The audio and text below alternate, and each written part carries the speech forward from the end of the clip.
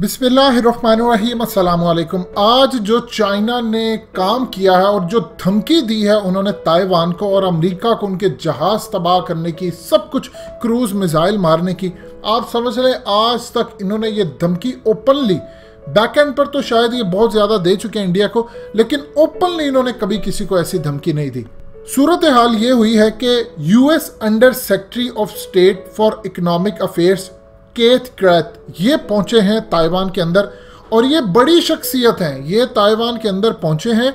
और ताइवान के अंदर असल में हालिया उनके एक लीडर मरे हैं जिसको ये कहते हैं मिस्टर डेमोक्रेसी, उनकी मेमोरियल था और उनकी याद में एक बड़ी तकरीब थी जिसके अंदर अमेरिका को बुलाया गया और उनकी जो प्रेसिडेंट है इन्होंने वहाँ पर खिताब किया और ज़बरदस्त एक तकरीब रही। इस सूरत हाल में चाइना के कान खड़े हो गए। उनको जो इंटेलिजेंस रिपोर्ट मिली है कि अब ये मज़ीद डिस्कस करने से पहले इस वीडियो को लाइक करें, हकीकत टीवी को सब्सक्राइब करें और बेल आइकन पर ज़रूर क्लिक करें। आइलैंड को अलग करना चाह रहे हैं और पूरी तरह। अब इस सूरत हाल में जो ताइवान की प्रेसिडेंट है इनको हराने के लिए बड़ी कोशिश की थी चाइना ने, लेकिन 2016 के अंदर उनकी कोशिश नाकाम हुई, ये दोबारा इलेक्ट हो गई। ये असल में चाइना को मुकम्मल तौर पर हर वक्त चाहती हैं हम उनसे अलग हो जाए और इनको चिढ़ाने के लिए, एक होता है कि आप जवाब देते हैं, कब चिढ़ाने के लिए, कभी ये फौजी लिबास पहनकर आती हैं, कभी ये कुछ करती हैं, कभी इनके बड़े सख्त बयान होते हैं। इन्होंने अमेरिका से $7 अरब की डील फाइनलाइज की। ये मामला जैसे ही सामने आया, इस वक्त यूएस के अंडर सेक्रेटरी यहाँ पर पहुंचे तो उस वक्त अब ताइवान की डिफेंस ऑफ मिनिस्ट्री ने जो स्टेटमेंट जारी की, उन्होंने कहा चाइना तो जंग लड़ने के लिए आ गया।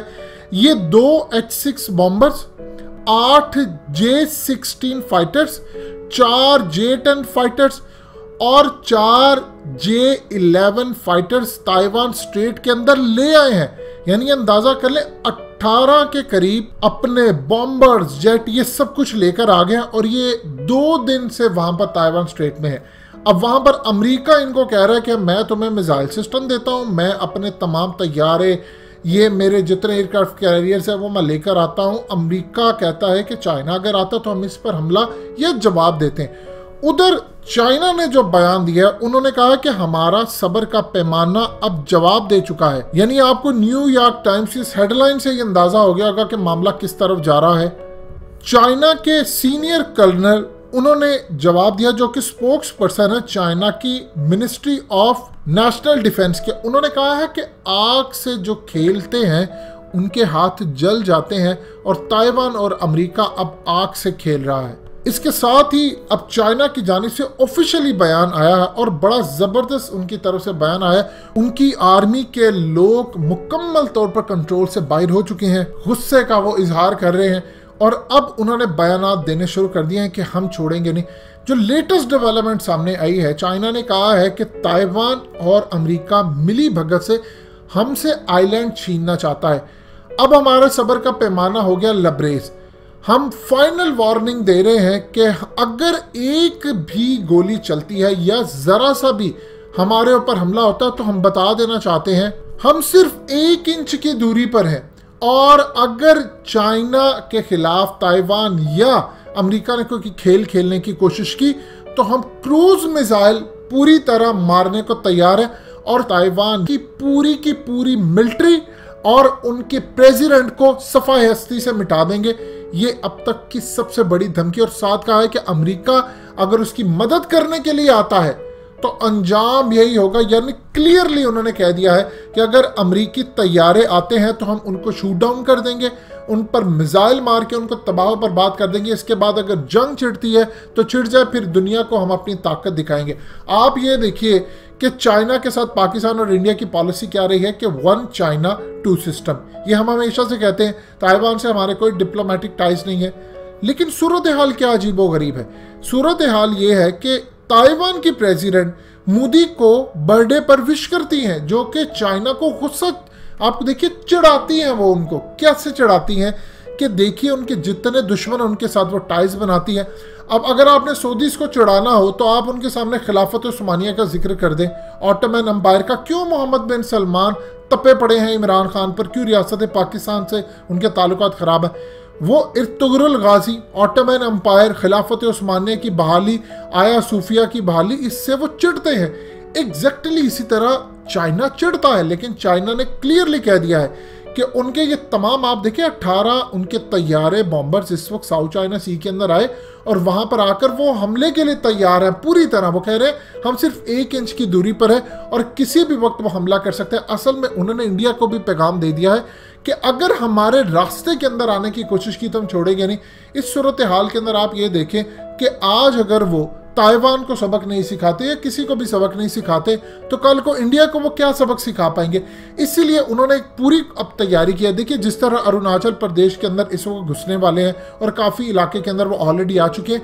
जैसे ही इंडिया जरा सी भी हैंकी बैंकी करेगा, इंडिया के पास क्या आएंगी, इंडिया इनका स्टेट ऑफ मलाक्का बंद करेगा मिलकर जाकर इंडोनेशिया और दूसरे ममालिक से। इस सूरत हाल के अंदर उनकी अगली पूरी कोशिश ये होगी कि वो चिकन नेक को काट दें और 7 सिस्टर रियासतें इंडिया की पूरी तरह तबाह बर्बाद कर दे।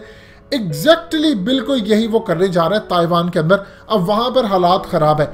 असल में इनके पास ये क्यों इतने धड़ल्ले से बात करते हैं, इनके पास टेक्नोलॉजी है, ये पूरा ताइवान बंद कर सकते हैं, ये पूरे का पूरा इंडिया का इलेक्ट्रिक ग्रिड सिस्टम तबाह कर सकते हैं, ये अमेरिका का पूरा इलेक्ट्रिक ग्रिड सिस्टम तबाह कर सकते हैं। और ये टेक्नोलॉजी दुनिया में सिर्फ 2-4 ममालिक के पास है, उसमें एक इसराइल है, एक अमेरिका है, एक चाइना और एक आधे ममालिक के पास ये और होगी। और ये भी डिपेंड करता है जब टेक्नोलॉजी का इस्तेमाल किया जाए। लेकिन अमेरिका की तो ये रिपोर्ट है उनके इदारों की कि चाइना के पास ऐसी टेक्नोलॉजी है वो सैटेलाइट को भी तबाह कर सकता है, वो पूरी तरह अमेरिका की बिजली बंद कर सकता है, उसको इंटरनेट से महरूम कर सकता है। और इंडिया के साथ सूरत हाल इतनी ज़्यादा ख़राब है कि इनका जो इमरजेंसी सिस्टम है जिसके साथ ये काम करें, मिसाल के तौर पर सैटेलाइट कनेक्शन काट दें, इनकी बिजली काट दें, और जो इनकी इमरजेंसी कम्युनिकेशन है इनकी सिक्योरिटी फोर्सेस की, वो पूरी तरह ख़त्म कर दें। इसीलिए अब तक इंडिया डरा हुआ है। और देख लीजिए इस वक्त सूरत हाल क्या है कि 10 पेट्रोलिंग पॉइंट्स इस वक्त इंडिया के लद्दाख के अंदर उन्होंने ब्लॉक कर दिए हैं। इससे बड़ी डेवलपमेंट क्या होगी, वो वहां पर भी काम करें, ताइवान के साथ भी काम करें, और आने वाले वक्त के अंदर उन्होंने अमेरिका को भी अब वार्निंग जारी कर दी है कि हम काम करें। इस सूरत हाल में एक और चीज़ उन्होंने सबसे अहम की है, जो हालिया उनकी मीटिंग हुई है अफगान तालिबान के साथ, इनके स्पेशल इन्वॉय की जो अफगानिस्तान की साइड से हैं, यानी चाइना को जो रिप्रेजेंट करते हैं, उनकी जो मीटिंग हुई है मुल्ला बरादर से, उसके अंदर भी उन्होंने कहा है कि आप जल्द अज जल्द यहाँ पर किसी भी तरह की कोई गवर्नमेंट बना ले, अमेरिका को करें यहाँ से फारिग।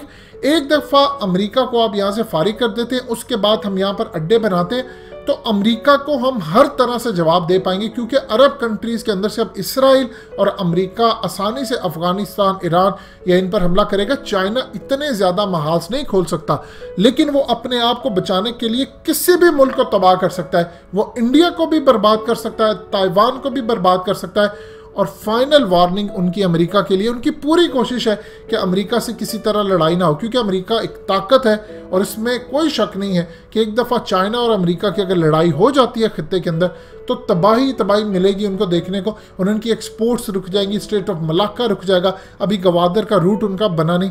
इसलिए उन्होंने लेकिन ताइवान के हवाले से वार्निंग जारी कर दी है कि तबाही मुंतज़िर है, हम किसी भी वक्त अमेरिका और ताइवान को क्रूज मिसाइल मार सकते हैं। याद रखिएगा, एक वाक़या चाहिए तीसरी जंग अज़ीम के लिए, और वो किसी भी वक्त हो सकता है। दोस्तों, हकीकत टीवी को सब्सक्राइब करना मत भूलिए, वीडियो को लाइक करें, शेयर करें और कमेंट सेक्शन में अपनी राय का इजहार ज़रूर करें।